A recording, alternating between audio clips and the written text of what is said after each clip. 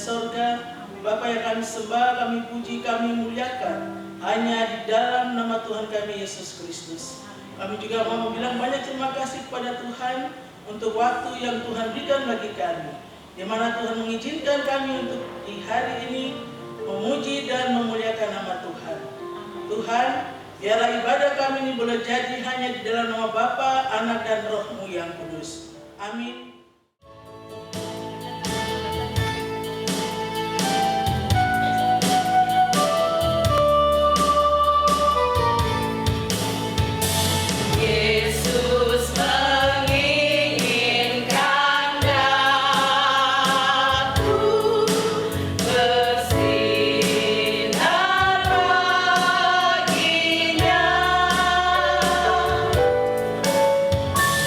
Dimana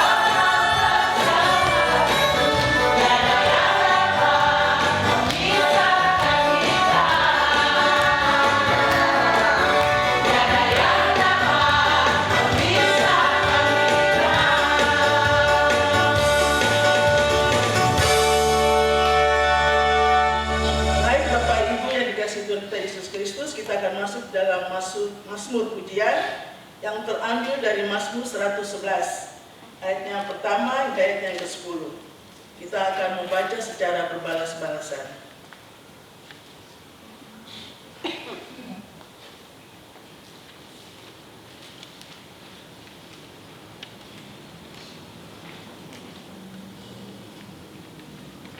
Baik, kalau kita sudah mendapatkannya, saya akan membaca berikutnya dan kita membaca secara berbalas-balasan. Mazmur 111, kebajikan Allah. Haleluya, aku mau bersyukur kepada Tuhan dengan segenap hati dalam lingkungan orang-orang benar dan dalam jemaah. Besar perbuatan-perbuatan Tuhan, layak diselidiki oleh semua orang yang menyukainya. Agung dan bersemarak pekerjaannya, dan keadilannya tetap untuk selamanya. Perbuatan-perbuatannya yang ajaib dijadikannya peringatan. Tuhan itu pengasih dan penyayang. Diberikannya rezeki kepada orang-orang yang takut akan Dia. Ia ingat untuk selama-lamanya akan perjanjiannya. Kekuatan perbuatannya diberikannya kepada umatnya dengan memberikan kepada mereka milik pusaka bangsa-bangsa. Perbuatan tangannya ialah kebenaran dan keadilan. Segala titanya teguh. Kokoh untuk seterusnya dan selamanya, dilakukan dalam kebenaran dan kejujuran. Dikirimnya kebebasan kepada umatnya, diperintahkannya supaya perjanjiannya itu untuk selama-lamanya. Namanya kudus dan dahsyat. Permulaan hikmat adalah takut akan Tuhan. Semua orang yang melakukannya berakal budi yang baik. Puji-pujian kepadanya tetap untuk selamanya.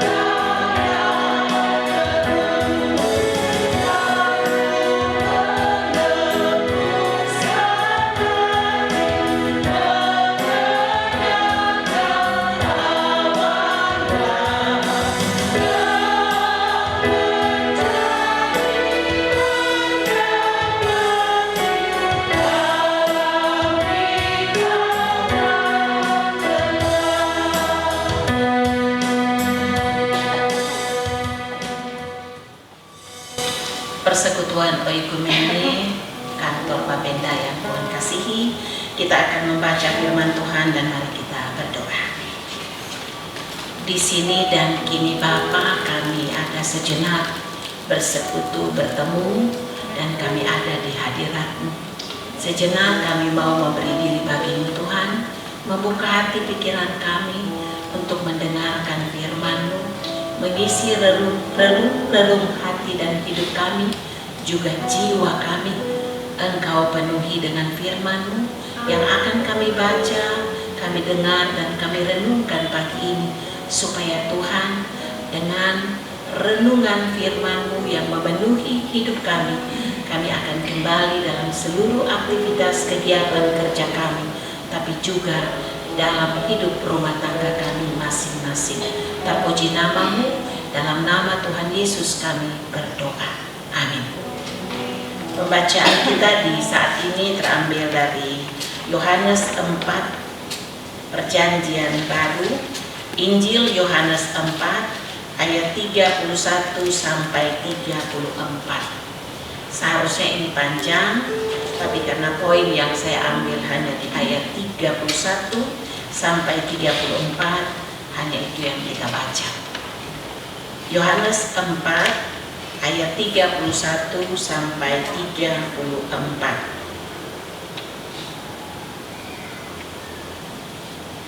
Sementara itu murid-muridnya mengajak dia, katanya, "Rabi, makanlah." Akan tetapi ia berkata kepada mereka, "Padaku ada makanan yang tidak kamu kenal." Maka murid-muridnya berkata seorang kepada yang lain, "Adakah orang yang telah membawa sesuatu kepadanya untuk dimakan?" Kata Yesus kepada mereka, "Makananku ialah melakukan kehendak Dia yang mengutus aku dan menyelesaikan pekerjaannya." Sampai sekian pembacaan kita di saat ini. Yang berbahagia adalah kita semua, Bapak Ibu Saudara yang Tuhan kasihi. Jika masih ada yang mau memberi pujian, diberi kesempatan. Mungkin solo.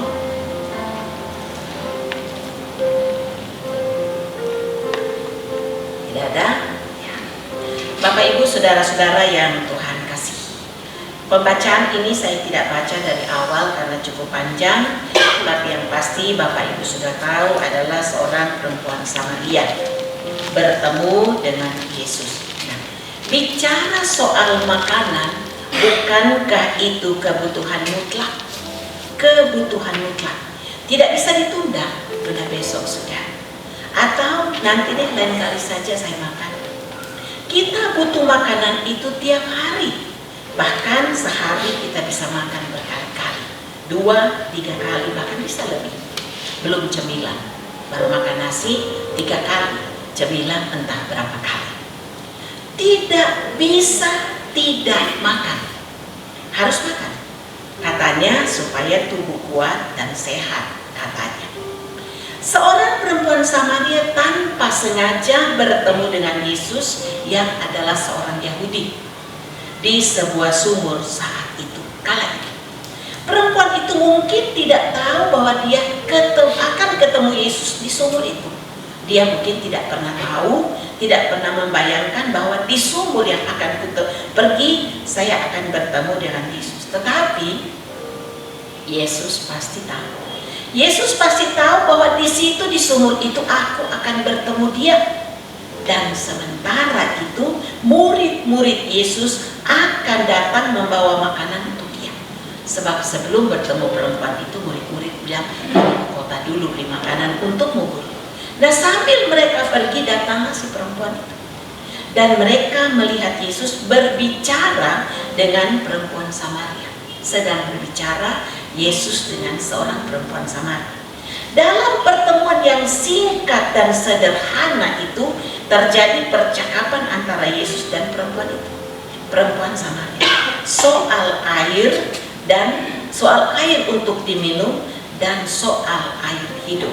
Dua-dua air, tapi satu air minum, satu air hidup. Sementara bagi murid-muridnya hal seperti itu tidak biasa dan tidak bisa. Bukan hanya tidak biasa, tetapi juga tidak bisa. Karena memang orang Yahudi dan orang Samaria kalau boleh dikatakan tidak bersahabat. Bahkan mungkin boleh dikatakan bermusuhan. Bukan cuma tidak bersahabat, tapi musuh. Dua bangsa ini antara Yahudi dan Samaria. Musuh, kalau boleh dikatakan sedikit musuh bebuyutan. Tetapi mereka tidak tahu apa yang dibicarakan antara Yesus dengan perempuan itu. Mereka tidak tahu. Mereka hanya melihat dan tahu ada percakapan antara Yesus, orang Yahudi, guru kami, dengan perempuan Samaria. Para murid memberikan makanan kepadanya, namun dia bilang, padaku ada makanan yang tidak kamu kenal. Katanya, padaku ada makanan yang tidak kamu kenal. Perkataan Yesus membingungkan mereka, sehingga mereka saling bertanya, apakah selagi kita pergi ada orang yang bawa makanan yang Yesus sudah menikmati dan kami tidak tahu. Sebab itu yang Yesus katakan. Dan kata Yesus lagi, makananku ialah melakukan kehendak Dia yang mengutus aku dan menyelesaikan pekerjaannya.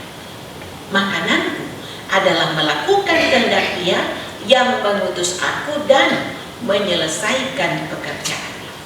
Lihatlah kata-kata Yesus itu, makananku. Yang kalau kita lihat itu kebutuhan mutlak, kebutuhan yang tidak bisa tidak. Namun makanan yang dimaksudkan di sini bukanlah, yang Yesus maksudkan di sini bukanlah soal nasi, keladi, bete, lauk, roti atau apapun itu. Yang disiapkan oleh murid-muridnya bukan seperti itu, bukan sama sekali. Tetapi setidaknya kita lihat dulu konsep kata makanan, yang adalah kebutuhan mutlak, kebutuhan kita sebagai manusia yang harus dipenuhi tiap hari. Ingat, tiap hari. Tidak ada orang tidak makan tiap hari. Sesulit-sulitnya hidupnya, setidaknya satu hari, satu kali makan. Tapi kalau tidak makan, dia akan loyo. Ya. Makanan itu dibutuhkan katanya supaya tubuh kita kuat dan sehat. Ya kan? Kalau tidak makan, tubuh lemah dan mungkin juga bisa sakit. Lalu lihatlah yang kedua, kata Yesus, makananku yang kubutuhkan adalah melakukan kehendak Dia, yaitu Bapa yang mengutus aku.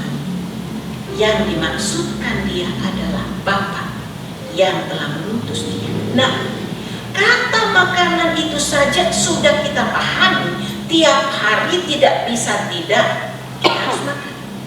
Makanan itu yang kita pahami tidak bisa ditunda.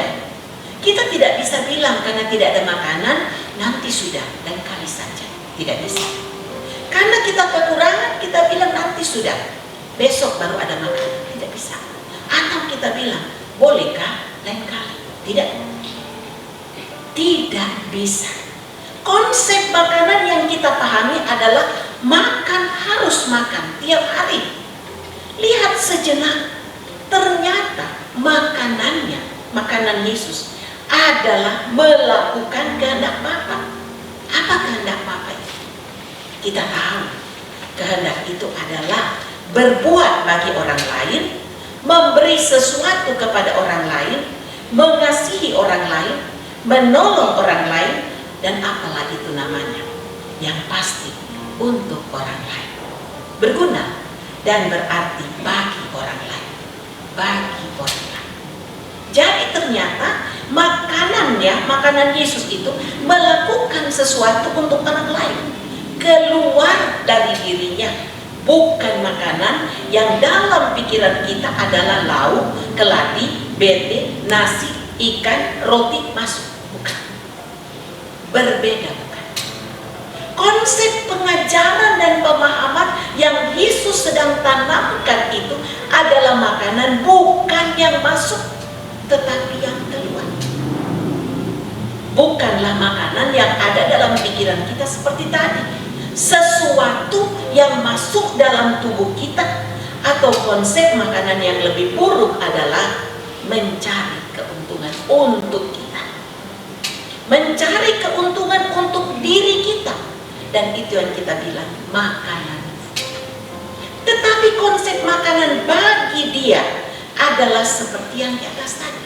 Memberi, berbuat untuk orang lain. Memberi, berbuat demi orang lain. Memberi, berbuat bagi orang lain. Keluar dari diriku.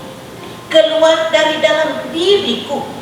Mengenyangkan, menyenangkan, memenuhi kebutuhan orang lain. Kebutuhan apa saja? Apakah itu perut? Apakah itu perasaan? Apakah itu jiwa? Apakah itu hati? Yang pasti itulah makanan. Memberi untuk orang lain, demi orang lain. Bukan mengenyangkan, menyenangkan, memenuhi kebutuhan diriku sendiri. Bukan.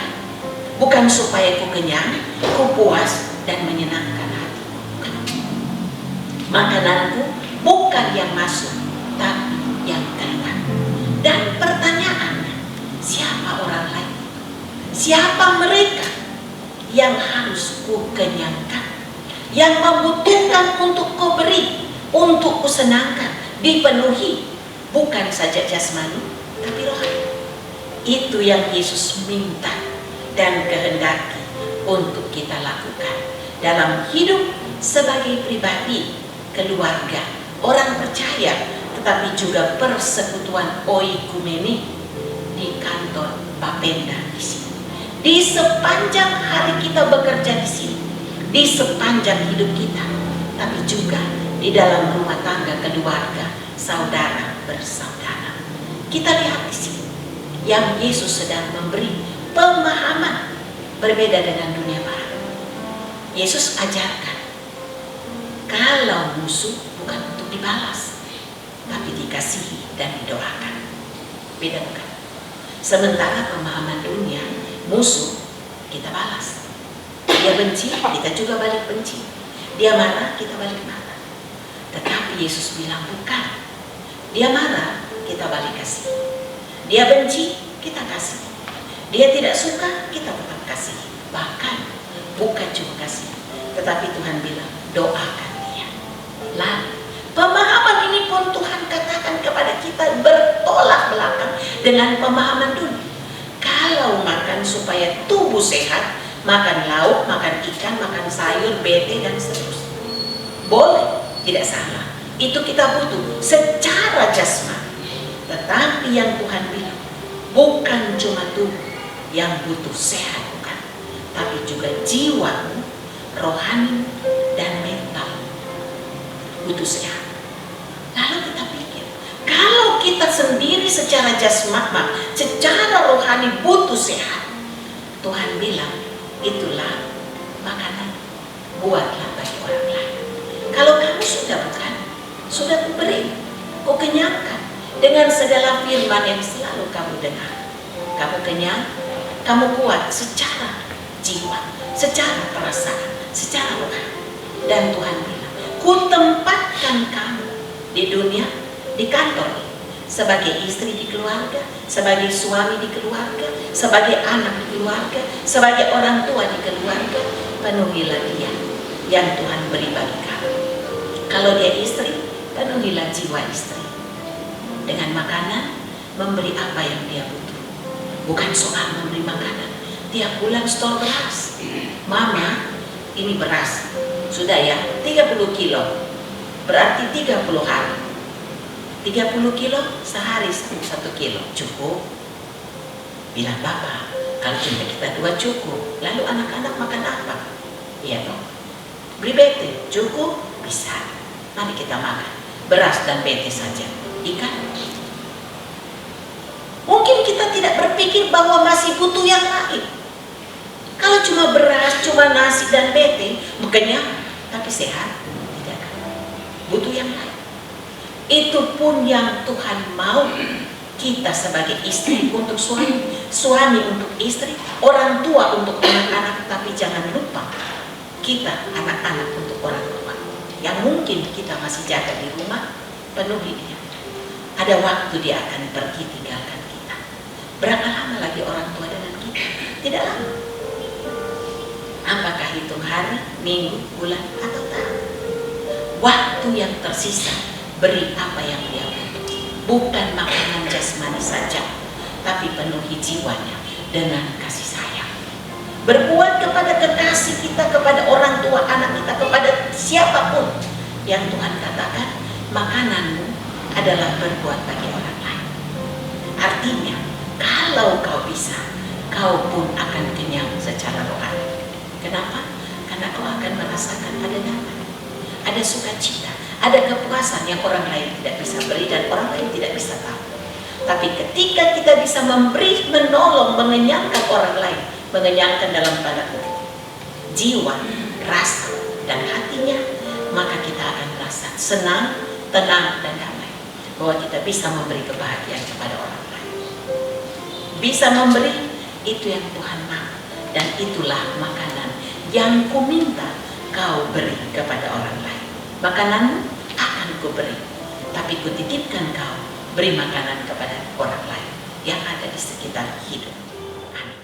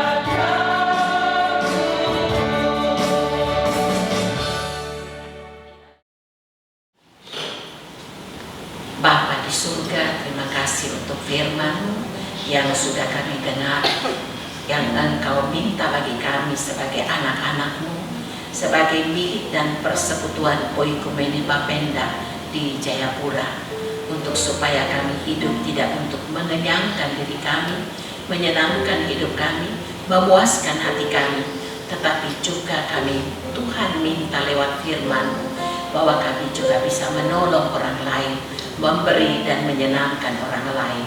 Bapa di surga, mungkin yang kami beri tidak cukup untuk dia, tetapi setidaknya ada sedikit yang bisa kami beri, sisanya orang lain yang beri.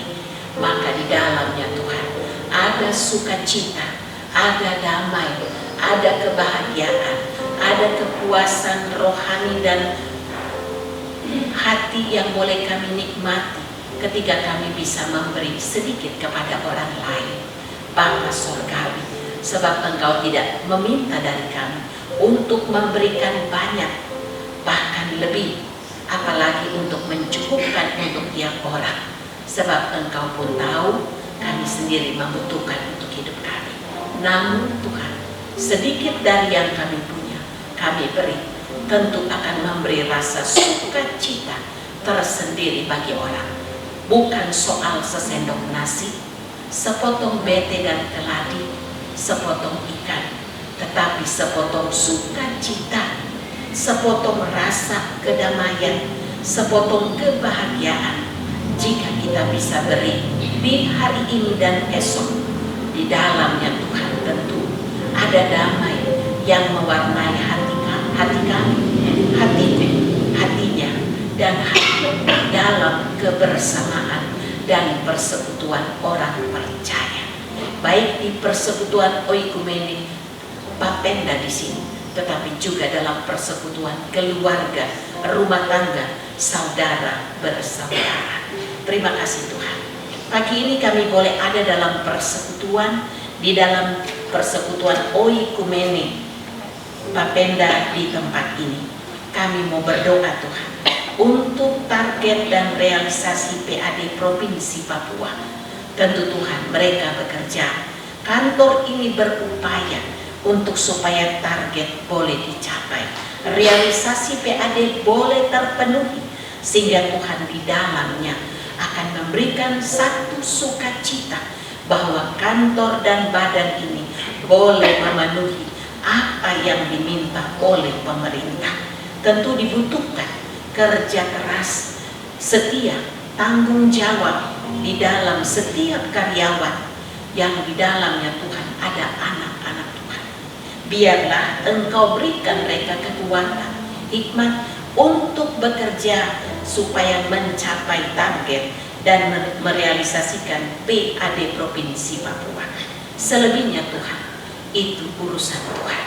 Setidaknya mereka bekerja dengan setia dan bertanggung jawab.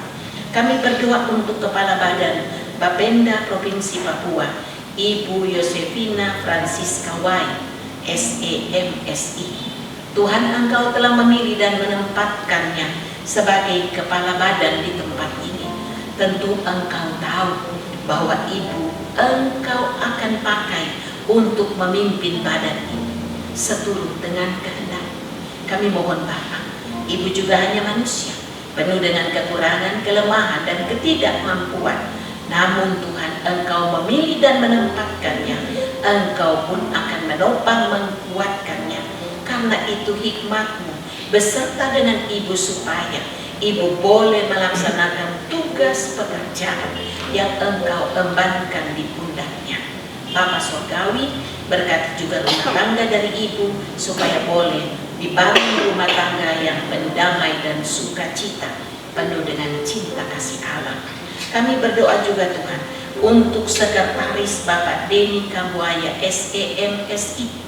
Tuhan, kiranya Engkau memberkati, menopang Bapak Denny Kambuaya dalam tugas pekerjaan sebagai sekretaris, supaya tugas itu dapat dilaksanakan dengan baik, bertanggung jawab dan setia di hadapan Allah. Berkati rumah tangga dari Bapak Denny Kambuaya supaya istri dan anak-anaknya juga boleh menikmati berkat-berkat Tuhan. Kami berdoa untuk eselon 2, eselon 3 dan 4, staff security, cleaning service, semua mereka yang bekerja di kantor ini. Tuhan memberkati mereka, menguatkan mereka, menopang mereka supaya mereka boleh tetap bekerja dengan setia. Sebab pekerjaan yang diberi itu adalah anugerah Allah. Engkau beri karena Engkau mengasihi mereka. Biarlah mereka menikmati berkat Tuhan dengan bekerja dengan penuh tanggung jawab. Terima kasih Tuhan. Rumah tangga mereka, keluarga mereka, pribadi mereka yang belum menikah, Tuhan memberkati. Jika mereka Tuhan belum menikah, masih sedang mencari teman hidup, Tuhan kiranya Engkau memberi teman hidup bagi mereka yang Engkau kehendaki. Jika mereka sudah punya hubungan, Tuhan berkati cinta mereka supaya di dalamnya Tuhan terbangun dan tercipta cinta yang takut akan Tuhan, cinta yang dipenuhi setia dan jujur bertanggung jawab, cinta bukan saja cinta manusia tetapi didasari pada cinta kasih Allah. Bapa di surga, kami berdoa untuk rekan-rekan yang sedang sakit. Tuhan memberkati, menguatkan. Rawatlah mereka dengan tangan kasih-Mu, supaya mereka juga boleh melihat di tengah sakit Tuhan ada hadir untuk mereka. Bapa, kami berdoa untuk rekan-rekan yang akan menikmati dan sudah menikmati sukacita ulang tahun di bulan Oktober. Biarlah Tuhan mereka boleh menerima berkat panjang umur dengan tetap bersyukur kepada-Mu, hidup seturut dengan kehendak-Mu, selalu mengucap syukur dalam hari-hari hidup. Di tahun, di umur yang baru, mereka tetap hidup berkenan di hadapan Allah. Sebab di balik semua ini ada berkat yang Allah sedang siapkan untuk setiap anak-anak Tuhan Engkau tidak akan membiarkan anak-anak Tuhan ada dalam kelemahan. Bapa di surga, terima kasih. Kami berdoa untuk persekutuan Oikumene Bapenda di Jayapura, Provinsi Papua. Tuhan memberkati supaya persekutuan Oikumene ini boleh tetap setia dalam tugas pekerjaan pelayanan sebagai pengurus, sebagai anggota, supaya tetap membangun persekutuan ini dengan tetap hadir 2 minggu sekali, memberi sejam untuk Tuhan di tengah kantor ini. 2 minggu sekali mereka tinggalkan pekerjaan, bukan berarti membuang waktu, sebab sejam dengan Tuhan, Tuhan akan menggantikan, memberkati pekerjaan sejam yang ditinggalkan, sebab tidak ada yang tidak mungkin. Ketika kita memberi waktu untuk Tuhan, Tuhan akan menggantikan lebih dari apa yang pernah kita minta. Mungkin memang kita sedang dikejar pekerjaan, tapi Tuhan akan menolong, membantu, menyelesaikan pekerjaan untuk kita yang tetap mengasihi Dia. Terpuji nama Tuhan. Memberkati persekutuan ini, memberkati kami hari ini, memberkati kami akan kembali ke ruang kerja kami masing-masing, kembali ke ruang hidup rumah tangga kami masing-masing, kembali ke ruang hidup pribadi kami masing-masing. Hari ini, esok, dan nanti Tuhan sertai kami dalam penyertaan dari Allah Bapa, persekutuan dengan Yesus Kristus, dan dalam pimpinan dengan Roh Kudus, kini dan selama-lamanya. Amin. Kita akan mengakhirinya dengan satu pujian sambil berdiri sebagai pujian penutup. Terima kasih Tuhan.